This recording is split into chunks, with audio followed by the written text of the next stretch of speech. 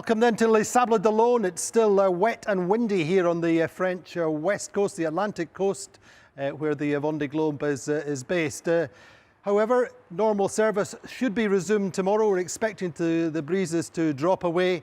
Meantime, in the Pacific, normal service is resumed there. The leaders are racing on a low-pressure system. They're racing in reaching conditions and getting towards downwind, and the boats are all going fast once again.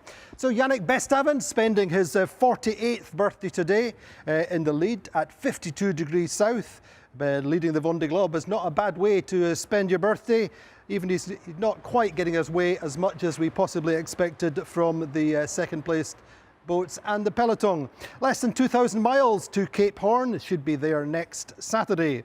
And then it's going to be a busy climb back up the Atlantic. Really, certainly 10 boats in the match we're expecting in the South Atlantic. And remember that Armel Leclerc lost over 500 miles in the South Atlantic in the last race. So really, nothing is decided.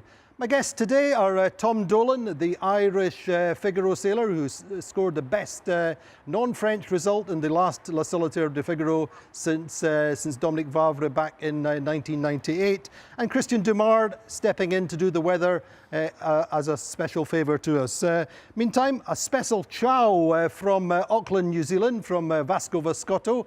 Vasco is, of course, one of Italy's most successful ever Grand Prix sailors. He's racing with the Luna Rossa Prada Pirelli team, making ready for the Prada Cup. On 15th of January it starts. And Vasco is going to give us a quick ciao, a quick hello, and a little bit of Italian love for Giancarlo Pedotti, who's in 9th place on board Group Prismian. Now, of course, he's only 100 miles from the lead. Italy have had 3 finishers before in the Vendée Globe. Simon Bianchetti in 121 days in 2000, and then back in 2012, Alessandro Benedetto, who was in 104 days. So Giancarlo is very much in the thick of the peloton, and hopefully we can hear from Giancarlo just now. Giancarlo, how are you?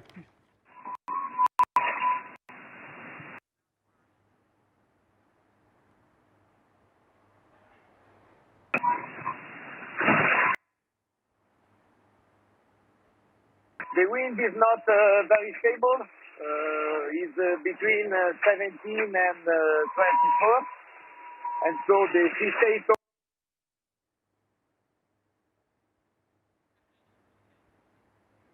is not the best.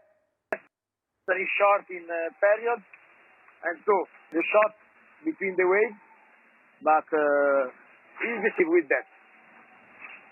Now listen, Giancarlo, I have a special visitor for you, special guest from Auckland, New Zealand. Vasco Voscotto wants to say hello. Ciao, Giancarlo. First of all, happy birthday. I know that Great for your birthday, and Merry Christmas. And I want to tell you that here in Auckland, everybody are following what you are doing, and you are doing great. Just keep pushing. Stay close and wait the right moment to do the attack. We are sure to make a very good job in the next week, and I will follow you as every single morning, every single night here when I come back from the work. And everybody's very enthusiastic about what you are doing. Keep going, keep pushing. Dai!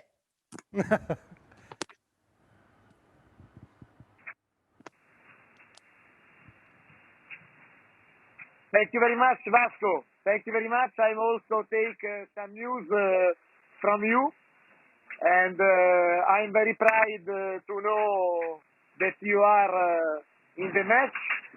I know that New Zealand is fast, but I know that we are full of results, and I trust that you do, and the Prada team all the best for this America's Cup. And so I'm with you every day.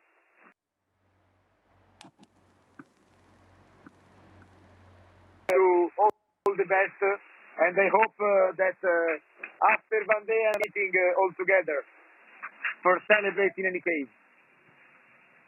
Forza Italia!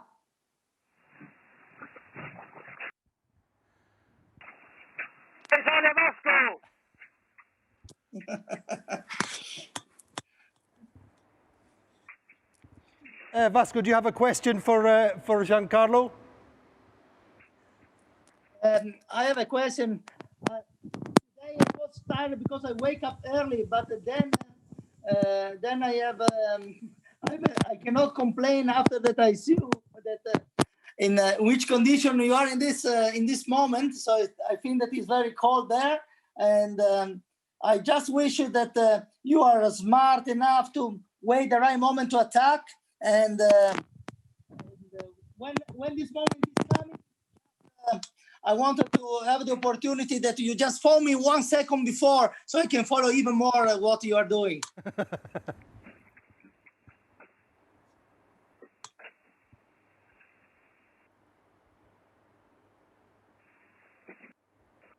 I lose some part of the question of Vasco.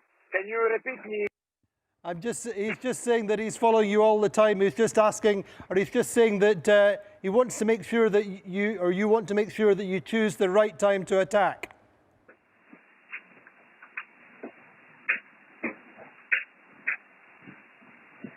Okay. Cool.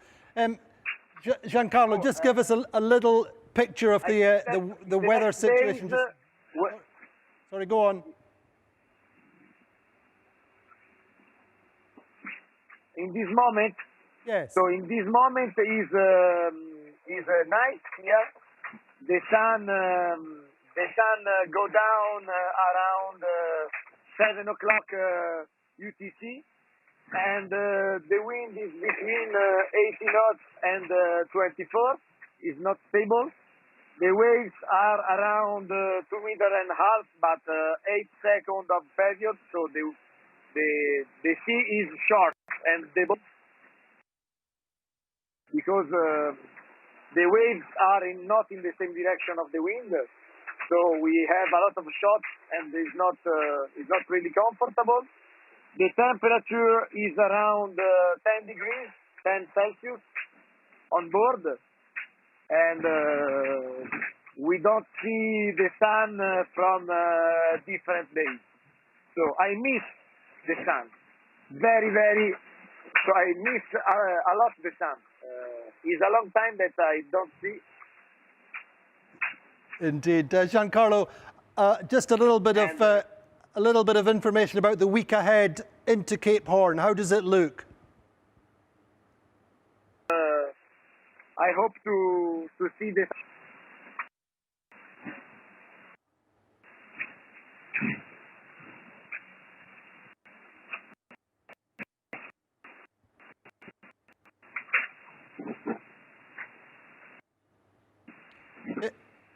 Yeah, Giancarlo, I'm asking about the weather between now and Cape Horn.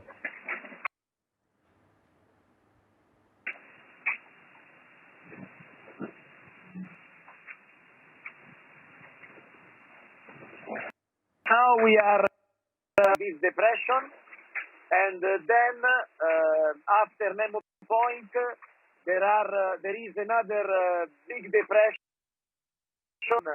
in the next days, and we'll meet this depression. But so it will be important to study the strategy for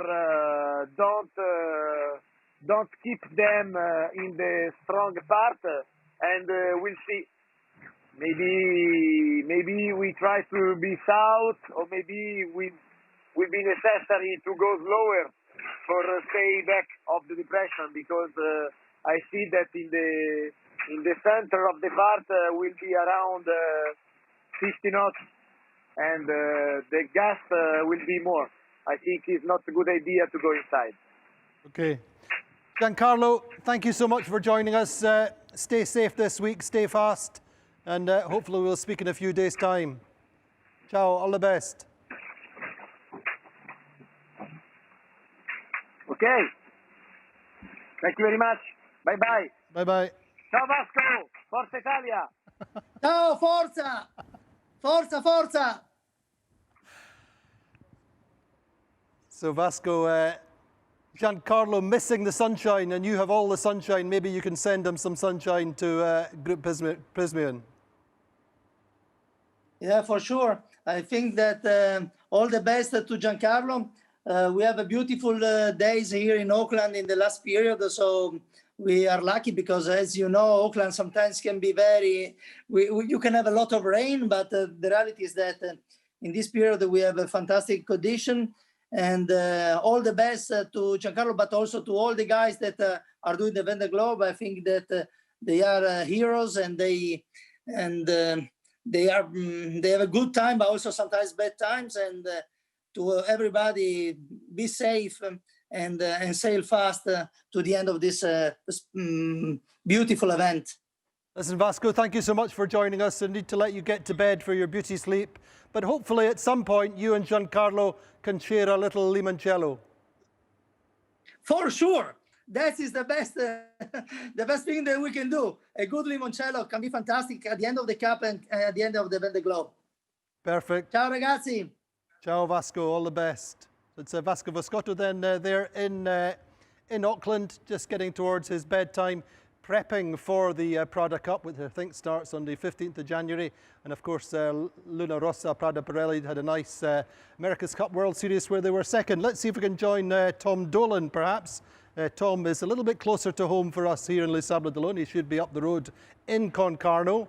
And Tom, as I said, had a great La Solitaire de Figaro, finishing 5th. Tom, how are you today? Hello, Andy. Yeah, I'm very good. Thanks for having me. I'm up in Concarneau. The conditions are a bit squally. There's rain hopping off the window. I might have to go and put a pair of socks on after I get off with you when I'm going to get my next hot coffee. Now, listen, Tom, when you see Giancarlo Pedotti and the rest and the peloton just now, does that make you want to get out there and do the Vendée Globe more? Yeah, of course it does. It does, really does. It couldn't. I don't know how anyone who is like sailing wouldn't want to go and do it, especially with the boats, seeing the match that there is in the league group, especially with people who have older generation boats. I suppose it definitely makes, yeah, it definitely does. Now, listen, you got your 5th in the La Solitaire this year. I mean, that's a great platform to work towards things like the Vendée Globe. Yeah, absolutely. Yeah, definitely is. I suppose that they all do say that the Figaro is an important stepping stone for anyone before going off to do the Vendée. So I definitely, I'm not there yet, but definitely think I'm in the right place for us doing it someday. What would you see as your kind of pathway to get there? Good question. I suppose keep at the Figaro for another bit. Try to get better, do a bit better, and then hopefully someday find the old sponsorship to try and do it. That's the biggest problem. The go sailing around the world is probably the easy part. I mean, that's what they always say. The hardest bit's getting to the start line. But I mean, you have a good sponsor just now in Smurfit Kappa. Yeah, absolutely. Yeah. So things are going well. They're very happy. You won plenty of brownie points this year, so things very happy. And tell us a little bit about your journey, because you started off in rural Ireland, didn't you, and moved to France. Yeah, I did. I grew up on a farm in County Meath outside, not that far from Dublin, but I suppose in the northeast of Ireland. And I did. I was able to get into offshore sailing first of all, and then offshore sailing through an association called the Dolan, who have been in France, which was made in France and has been in France for years. That plus the Mini Transat plus being in the right place at the right time and meeting the right people. Yeah, so that's how I got where I am. It's a key thing. But tell us about Glenong then, because you started off in Ireland with Glenong. Yeah, I did. There was the Glenong was a thing that was started in the after the Second World War on the islands, the archipelago de Glenong off the coast of France, of Concarneau, and in the 60s they started sailing further and further, and they ended up coming to Ireland, and they set up a base in the southwest in Baltimore and another one in the west coast. And the idea of it was that you could rock up, and if you didn't know anything about sailing, you could show up and volunteer, and in exchange they'd train you. So that's what I did. I was fairly good at fixing stuff, and I went along there. And so you started off fixing the boats basically, and working and learning to sail at the same time in Baltimore. Yeah, that was it. Yeah. The more anti-fouling you put on, the more sailing days you get. But that was it, yeah. And then I suppose there was so many French people hanging around the place, and they started showing me all these pictures of magazines with boats called the Figaro and stuff. And it was the beginning of YouTube, so I started YouTube and stuff. And then they offered me a job in France, and that's how I ended up here 10 years ago. And what was it like moving to France for the first time? To be honest, it was hard at the start because of the barrier, the language barrier. I did German in school because I wasn't very good at French, so the first couple of months are really hard. But the sailing part of it made it so worth it, because you had all these boats everywhere and all these people. Just was so much easier. I found it a lot easier to get into it and to get the opportunity to sail on boats and sail on all these cool racing boats. No, it was tough. The first few months were tough, but then I get it's home now, I suppose. And just to explain for the Anglo-Saxon world that we're with just now, explain a little bit of the role of Glenong then, because it's very much an association that brought sailing to a much wider public than perhaps we see certainly in England or in the UK and other parts of Europe. Yeah, it was definitely a big factor in the what they call the democratization, or the freeing up of sailing, in France in the 60s and 70s. So you had it kind of gave access to people who didn't live near the sea or didn't have a boat a chance to go sailing and go go to sea. And then there was a guy came out of there who was a naval architect called Philippe Harley, who started designing all these boats that were cheap and made out of, you could build them in your garage out of plywood, and you'd think he designed hundreds of them. So you had the Glenong that gave training. You get this dude who kind of gave access to cheap, affordable plywood boats. Then you had a folk hero in Eric de Barley, and I suppose all of that thrown together with the fact that over here they put a lot into sailing in schools. So they went into the schools. You add all that together, and you get a kind of popularization of the sport, I suppose. Indeed, and I think of the sailors we have on the water just now in the Vendée Globe, Isabelle Joschke was with the Glenong at one point. Also Armel Tripon. Previous to that, Jean-Luc Van den Heed was with Glenong, and none other than Franck Camas was an instructor, I think, with Glenong at one point. Yeah, absolutely. It's well known for its what it did for democratizing sailing. It's not that well known for racing or performance. So a lot of people tend to maybe try and hide it a little bit, but a lot of people, they come from there. Yeah. So. Listen, Tom, we'll come back to you in just 1 second. We need to have a quick look at the weather situation out in front of the fleet, and hopefully we're going to join now Christian Dumard, who's going to run us through the meteo situation. Christian. Yeah. Good morning, Andy. Good morning. Yeah. You could do this every day, Christian, if you want. So the weather situation for the leaders. So we have the slow pressure here. So the high pressure has been moving away now, and they're sailing with the slow pressure. I think it'd break up a little bit, yeah. The wind is pretty strong right now for Yannick Bestaven, about 35 to 40 knots from northwest. And Charlie Dolan is just in the center of the low, and the low should be moving southeast by tomorrow. The peloton, as you call them, are just behind this low, sailing in a southwesterly wind. So if we zoom on the leaders, yeah, we see that Yannick is just ahead of the wind shift, so he's still sailing in the northwesterly winds, and the wind should shift southwesterly probably tonight or tomorrow morning for him. He's just moving with a low at about the same speed as the low. And Giancarlo is just behind her. So we've been talking with him a few minutes ago. Tomorrow, this low should be moving south of the ice exclusion zone, and the boats should all be sailing in southwesterly winds. And the further west they'll be, the less wind they have. And we see here that tomorrow Banque Populaire will be in a light wind zone, and so the Occitane should come back very close to Banque Populaire with a southerly winds, and so the boats should get very close to each other. For the Cape Horn, so we expect the first boat to round Cape Horn probably on January 2nd, and there is this big low pressure building up in the north and moving southeast just in front of the boats.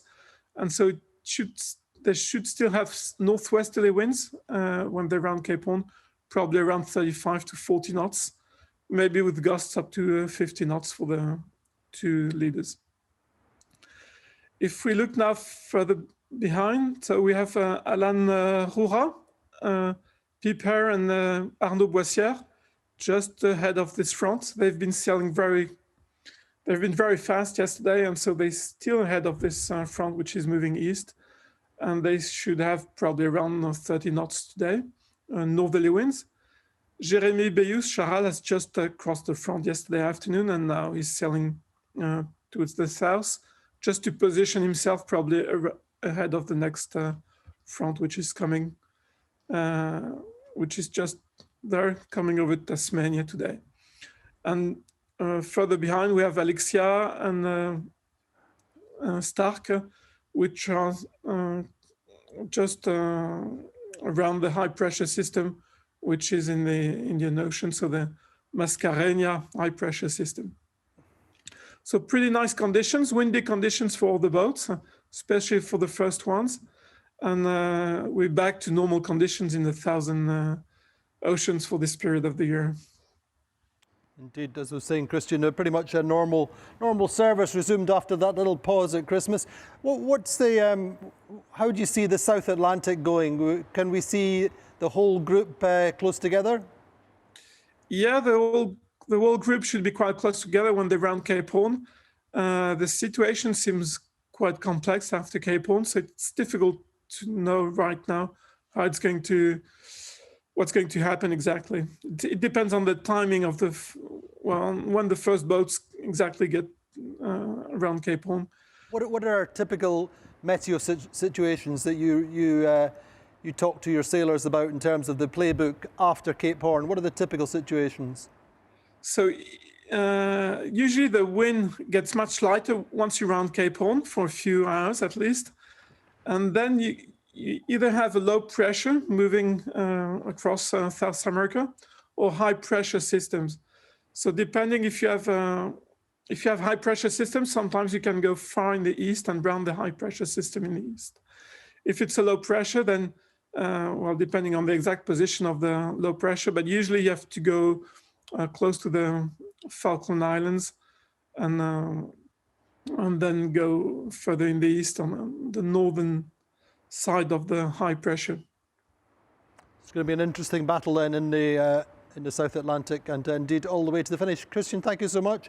We're going to have a very quick look through the rankings at 5 o'clock this morning. Bear in mind that this is recorded once again. So Yannick Bestaven is 86.5 miles ahead of Charlie Dolan first thing this morning.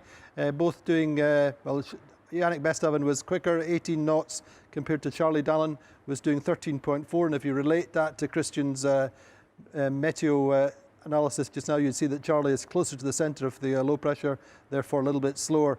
Thomas Riong is in third, 276 miles behind the leader. He is about 60 miles ahead of Damien Sagan. Damien Sagan up to fourth. Isabelle Joschke up to fifth. Jean Le Cam and Boris Herrmann dropping to sixth and seventh. Meantime, all these boats in the peloton, as we call it, very much similar speeds, although Sagan is a little bit quicker, doing 19 knots early this morning. Otherwise, speeds are between 17 and 19. Going down the table, Giancarlo Padotti, as we spoke to him, he's in ninth. Benjamin Dutroux in 10th. He's doing good speeds now, Benjamin Dutroux, 18.4 knots. Remember, he had that problem with his head sail. Louis Burton catching up nicely, doing 15.2 knots, getting into the group. Then further down the table, let's highlight Pip Hare, because she did a 409-mile day, a 24-hour run, which is the second highest in the fleet, and only about 19-20 miles less than Arnaud Boissière. Arnaud Boissière in 16th had the longest day's run at 425 miles.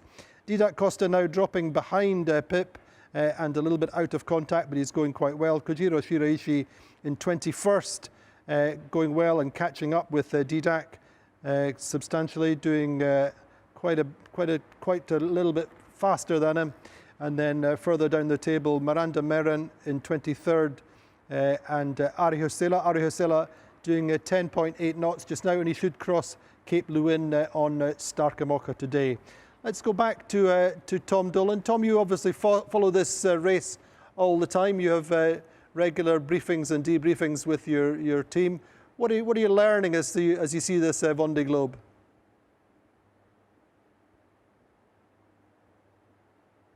First of all, I'm learning a lot about the weather in the southern oceans, which should be to do, especially what we do. We learn a lot, and we're always reading about Atlantic weather with Christian quite regularly. So it's the first time that we're actually learning a bit about the theory of the southern Atlantic Ocean.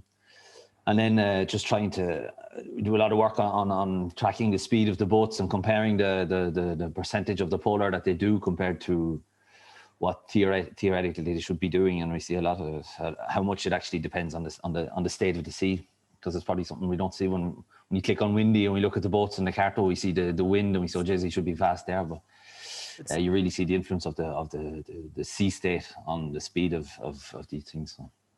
So you're able to coordinate what you see in terms of the theoretical weather and what you see boats actually doing. So Tom, what's your plans for next year then?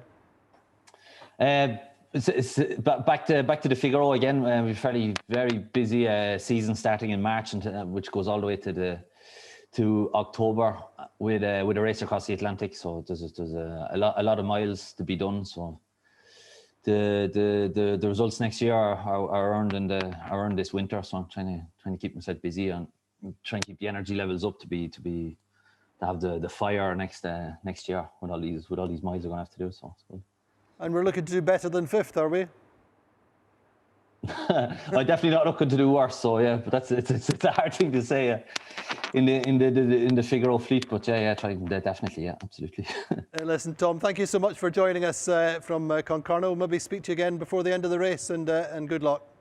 Yes, thanks a million, and thanks for having me, and thanks, Christian. Very interesting weather. Cheers. So Tom Dolan there in Concarneau, the Irish Figaro sailor. Our guest tomorrow will be Dee Cafari, a special treat for everyone. She will be live with us. We should be live again tomorrow. So any questions for Dee, do post them on our Facebook, Twitter or Instagram pages, and follow us all the time on the website. Join us tomorrow on the Vendée Globe Live at 12:30 UTC. See you then.